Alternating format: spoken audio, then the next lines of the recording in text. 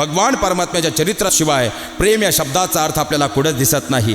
ज्यावेळी भगवान परमात्मा कंसवधासाठी मथुरेला निघाले, राधेची नजर गेली, डोळ्यातल्या अश्रूंचा महापूर दाटला आणि तिनं भगवान परमात्म्याकडे पाहिलं आणि सांगितलं की केशवा, अरे मला इथं ठेवून तू मथुरेला निघालास, माझ्यासोबत विवाह कर, मी तुझ्या सोबतीला येते। भगवान परमात्मा उत्तरले, राधा अगं विवाह करण्यासाठी 2 जीवांची आवश्यकता असते, पण तू आणि मी वेगळे कुठे आहोत ग? अगं खऱ्या अर्थाला आपण दोघे जर एकच आहोत तर मी विवाह कुणाबरोबर करावा? माझ्या स्वतःबरोबर?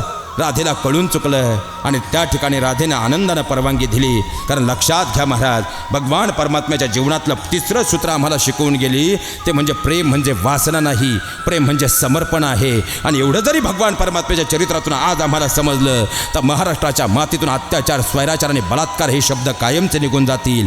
हे सगळ्यात मोठं वास्तव आहे।